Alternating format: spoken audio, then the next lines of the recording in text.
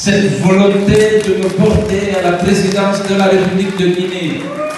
Des jeunes, les sages, mes sœurs bandiraden, le Vertanimon, le Guimirion, Allah dan do nder sidirde e hewndo yayka fof kiti don don jodo eden kadi fillo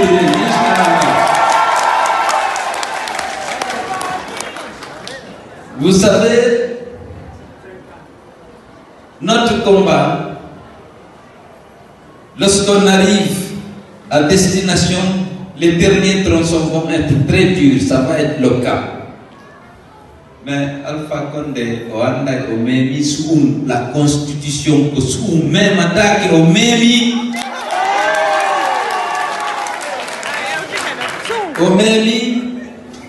il faut qu'on se mobilise.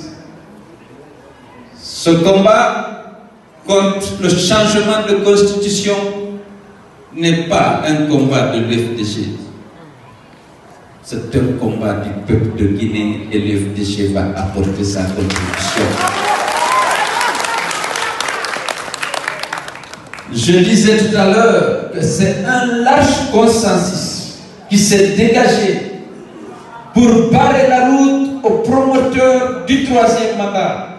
Et tous les Guinéens, de tous les âges, de toutes les catégories socio-professionnelles, de tous les partis politiques, de toutes les organisations de la société civile, de toutes les organisations syndicales, les imams, les Kuntigui, beaucoup se sont exprimés, beaucoup n'ont rien dit, mais ils sont contre. Le jour où le FMDC va lancer le mot d'ordre de prendre les rues, c'est toute la Guinée que vous verrez dehors. Je puis vous assurer de ça.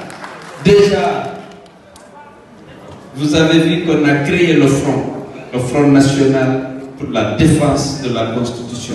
C'est pour parer la route à Alpha Condé. Tout le monde est mobilisé. Personne n'est d'accord avec lui. Et je voudrais saluer la présence à mes côtés de Madame Sanon de Soukondé.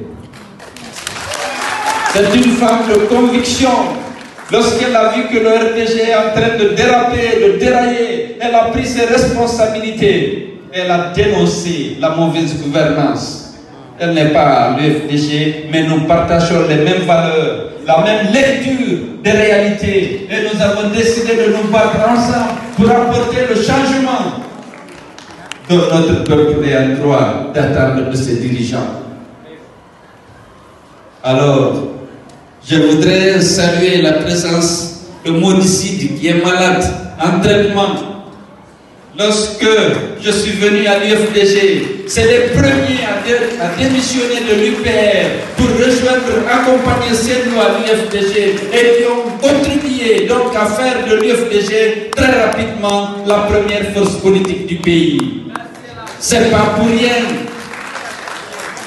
Il y avait vous, mais il y avait eux qui étaient hauts responsables de l'UPR. Ils travaillaient à l'Assemblée nationale. Automatiquement, le pouvoir l'a licencié. Mais ça ne l'a pas empêché. Aujourd'hui, elle est malade. Je lui souhaite prompte guérison pour qu'il assiste demain à l'investiture de celui pour lequel il s'est abattu. En l'occurrence, son frère et ami, Seydou Dalein Diallo, que Dieu lui redonne la santé. Nous avons ici Monsieur Alseni, qui est le frère d'un de nos jeunes militants que vous suivez dans les assemblées générales. Tous les samedis, il est là. C'est lui qui parle malinqué le jour de l'Assemblée nationale, de l'Assemblée générale du parti. Il s'appelle Monsieur Passy Condé. C'est son frère qui a décidé aussi de rejoindre les rangs de l'UFDG.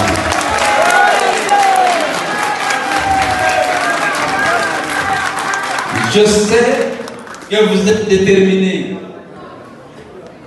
Je sais également, certains d'entre vous s'interrogent.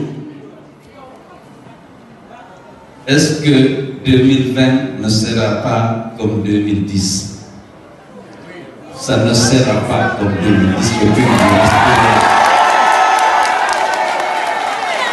Ça ne sera pas, l'histoire ne se répétera pas.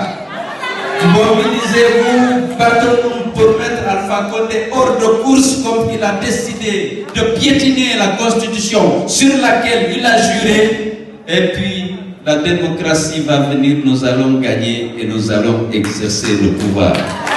Je l'ai dit, je serai le président de tous les Guinéens. Je ne ferai pas de chasse aux sorcières parce que mon objectif premier, c'est de chasser la haine et de réconcilier les Guinéens. Cette division, cette haine et cette violence qui ont cours aujourd'hui en Guinée ne sont pas des fatalités. La réconciliation sera la première priorité de l'UFDG au pouvoir.